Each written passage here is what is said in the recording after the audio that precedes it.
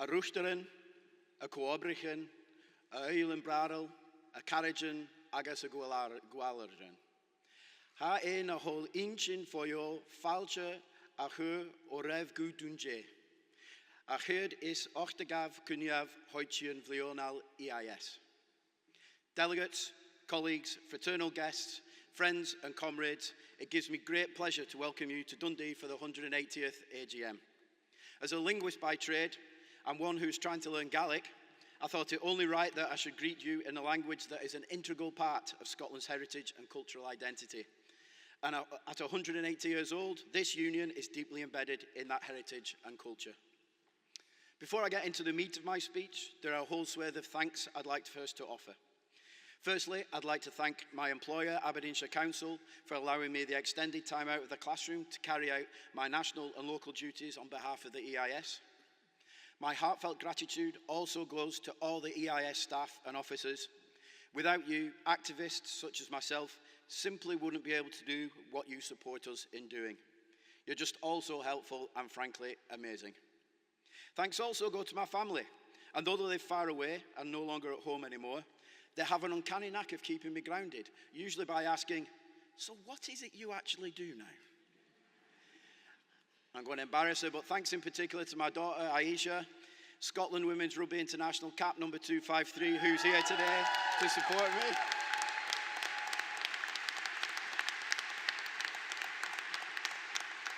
She didn't know that was coming. Immeasurable thanks are also due to the wee cadre of office bearers I've had the greatest pleasure of working and socialising with over the last 2 years. So to Paula, to Alan, to Mark and to Val to come, Sláinte. Thanks also to the local associations across the land and over water who have taken the time to invite me to their gatherings. It's been a real joy getting to know you all and speaking to your members. My final note of gratitude goes to my local association. From first thinking about standing for election as Vice President, they've been right behind me and supported me all the way. Though I'm sure they'll be more than happy then they no longer have to sit at the front of AGM.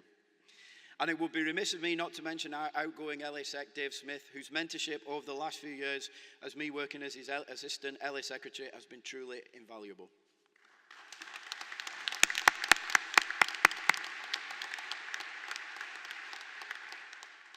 Right, let's get on with it. It certainly doesn't seem 12 months ago that Andrea stood here with that super high-tech ballot launcher that opened our consultative ballot on workload, to force the Scottish Government and COSLA to meet their own promise to reduce class contact time and to employ more teachers. What a 12 months it's been. If this year has shown us anything, it's that collective action works, professional voices matter, and hope is strongest when it's organised. The EIS is the largest teaching and education union in Scotland, representing the overwhelming majority of teachers and lecturers across our nation. Colleagues, this union is a powerful union. When 65,000 members raise their collective voice, those in the corridors of power listen. Not always straight away, but they listen.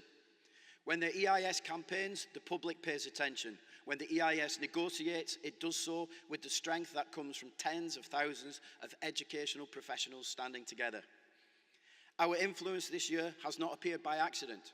It has come from members in schools, colleges and universities who've given their time, their voice and their conviction to the cause of quality education. And colleagues, that is power. This union is a fighting union, and when we fight, we win. We don't win for the EIS, we win for our members. Back in March, we finally won on workload, and whilst we won't see the impact straight away, getting Scottish Government and COSLA to agree to the 2021 manifesto commitment was a game changer. For the first time in however long, we set about a campaign of industrial action on something other than pay. Now, this brought about with it a set of challenges, some of which were logistical, such as a privatised postal system in absolute chaos. And for some of us, there was the weather. But a major challenge was getting the message across. Yet over the course of a consultative ballot and 2 statutory ballots, the message was adapted, refined and delivered via a variety of means to the point that not only did we breach the punitive 50% threshold, but we smashed it. And it was all down to a huge collective effort by activists, officials, members in staff rooms up and down the country, encouraging their colleagues to stand up for quality education by voting to reduce their own workload. Colleagues, I am proud of that effort and I am proud of that victory. We stood up for our members. We stood by your desire to reduce your workload, and we took the bold step of balloting again.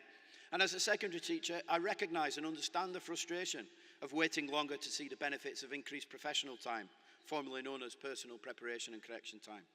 But this was simply impossible to deliver any sooner on a national scale because the teachers just aren't there in sufficient numbers, and that's a fact.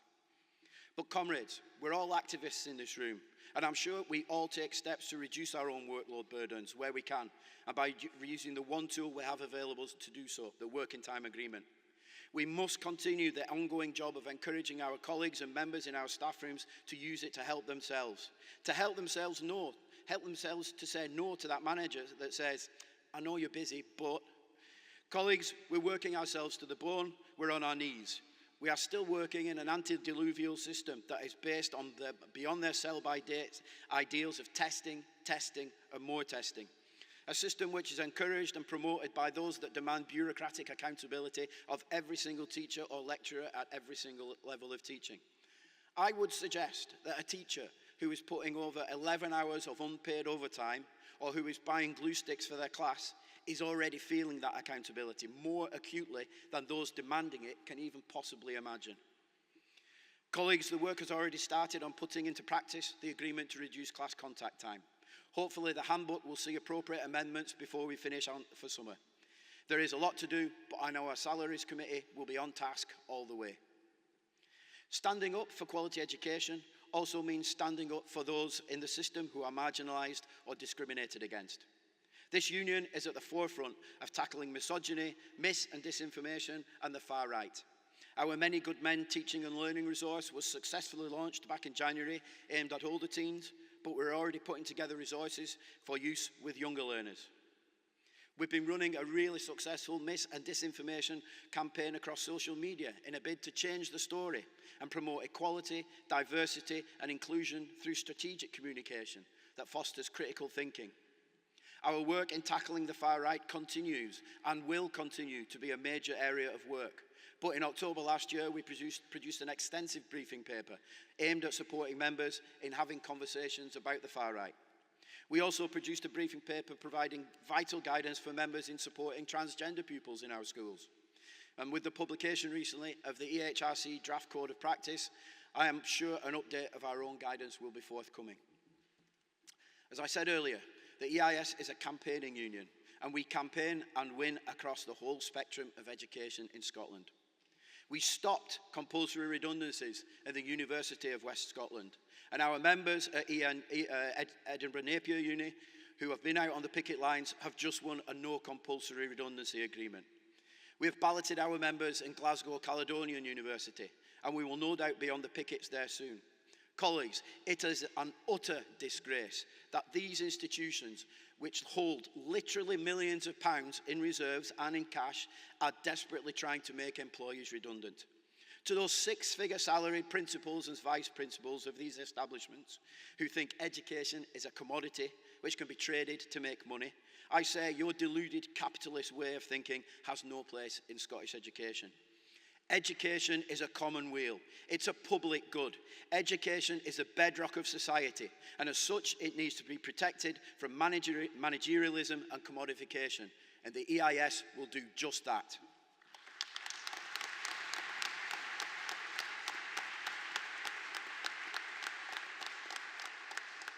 Whilst industrially, things have been comparatively quiet for our FELA colleagues, there is still the constant fight for the future of further education.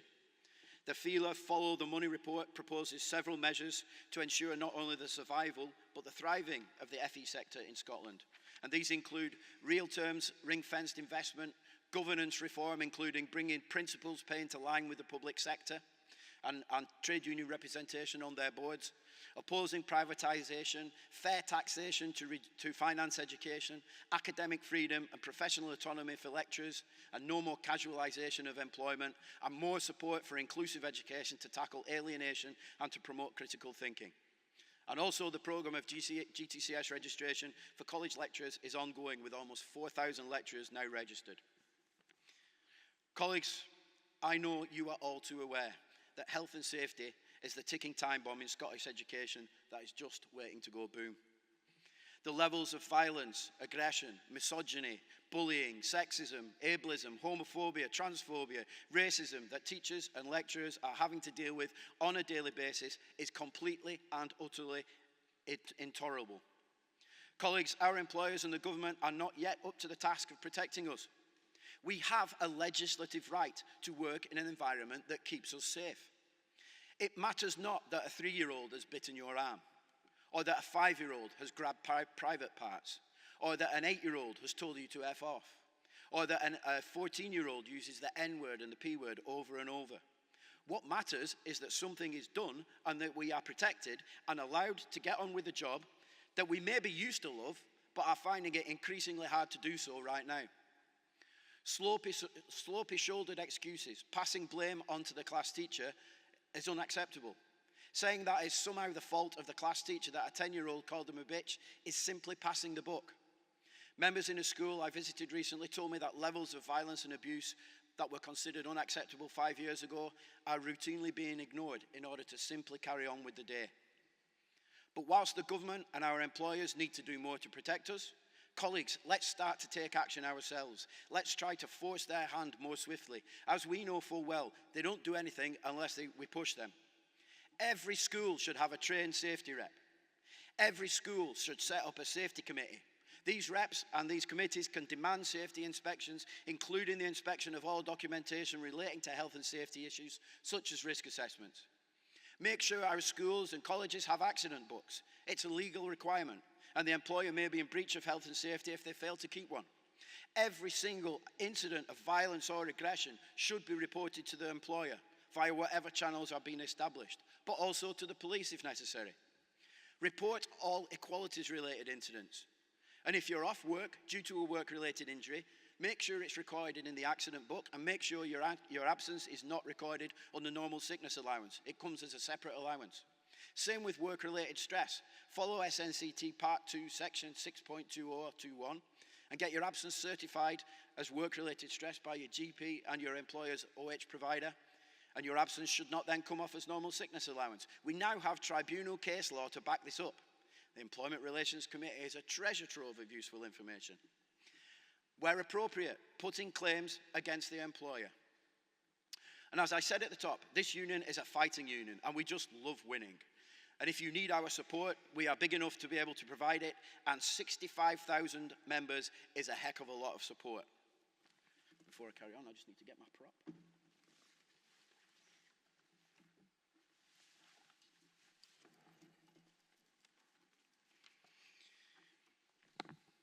I want to give a message of solidarity to our 8 welders at the City of Glasgow College, who, in the face of utterly disgraceful intransigence by their employer, are still on strike, simply for demanding the RPE that they require to keep them safe at work. How about this for brass neck, though, colleagues? This college sent 3 senior staff to Tartan Week in New York recently. They spent £700 on a limousine, £2,000 on a supper, accommodation costing £4,000. In total, according to a Freedom of Information request by the Ferret, £14,000 was spent on this trip. Yet this college will not spend the £700 odd required for the RPE kit required to protect each welder. It's important that the City of Glasgow College hears our message, and it's important that the welders know that the EIS is behind you all the way.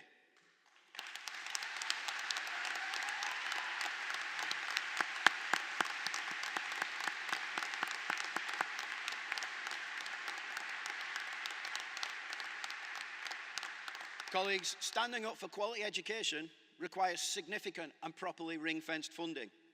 Money that can be tracked to the coffers of our employers and followed right down to the schools where it's meant to be going. This new SNP government, despite its previously, frankly, lacklustre record on education, has been given a 5th mandate to govern. And this time, it really does need to do better. And I mean way, way better.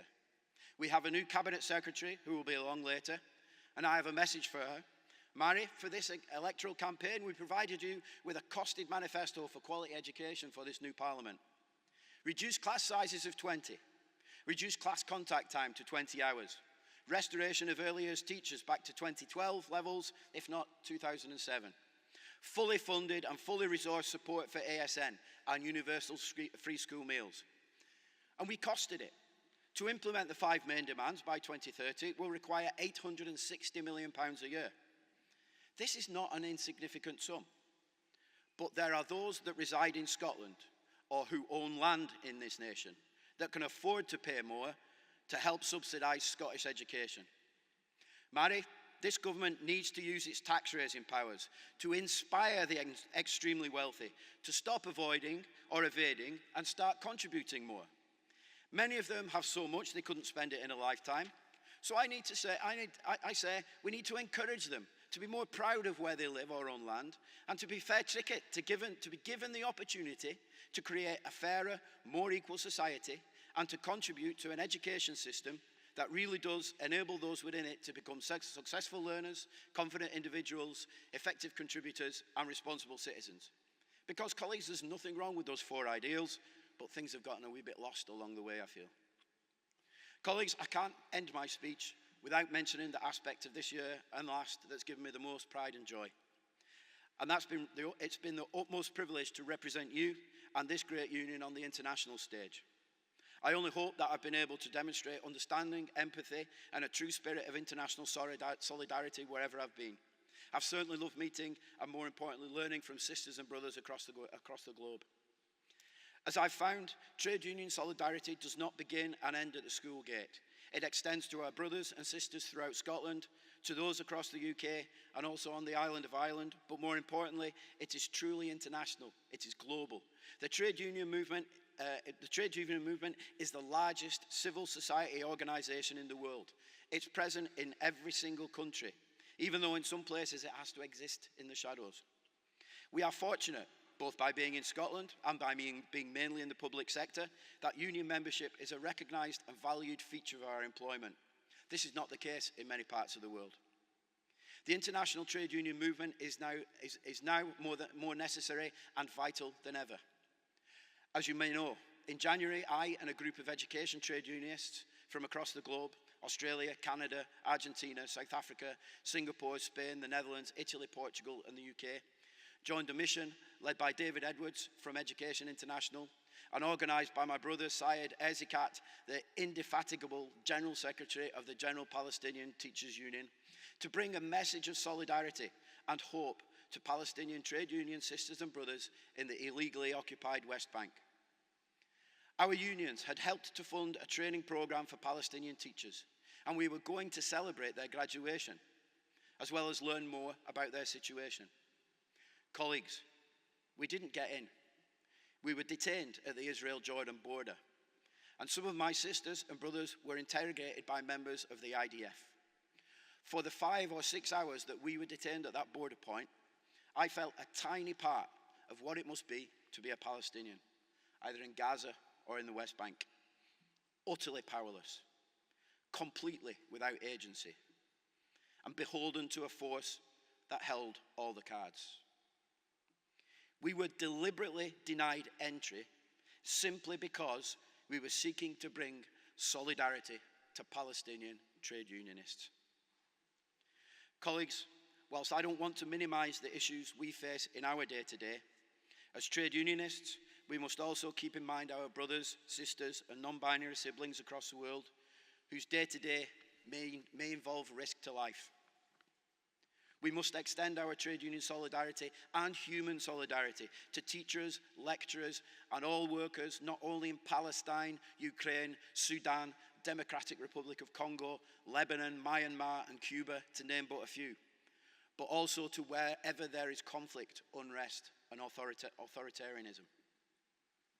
Before I finish, colleagues, if you will indulge me, briefly, I worked for 2 years as a VSO volunteer teaching English in Cameroon.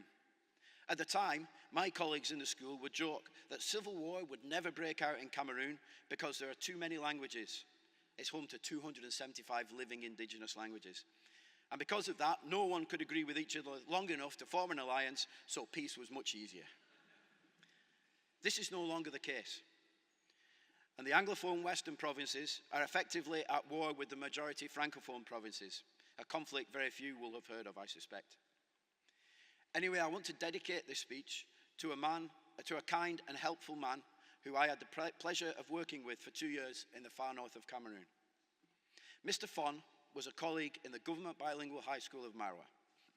Mr. Fon took me under his wing when I arrived and helped me cope with the complete culture shock of teaching in state-funded education in West Africa. Sadly, Mr. Fon passed a few years ago, having moved back to his native Northwest province, but I only found that out recently. Mr. Fon passed from complications related to starvation, due in part at least to the Anglophone crisis, which has led to the closure of 80% of the state schools and therefore non-payment of salaries by the Cameroonian government. Mr. Fon was a good man, and he did not deserve to go out that way. So in conclusion, and to slightly paraphrase Lech Wałęsa's Nobel Peace Prize acceptance speech, which had to be delivered by his wife because he was barred from attending, we must respect the dignity and the rights of everyone and every nation. The path to a brighter future of the world leads through honest reconciliation of the conflicting interests and not through hatred and bloodshed. To follow that path means to enhance the moral power of the all-embracing idea of human solidarity. Comrades, none of us can truly be free to live our lives in peace and comfort until we are all free to live our lives in peace and comfort. Solidarity, colleagues.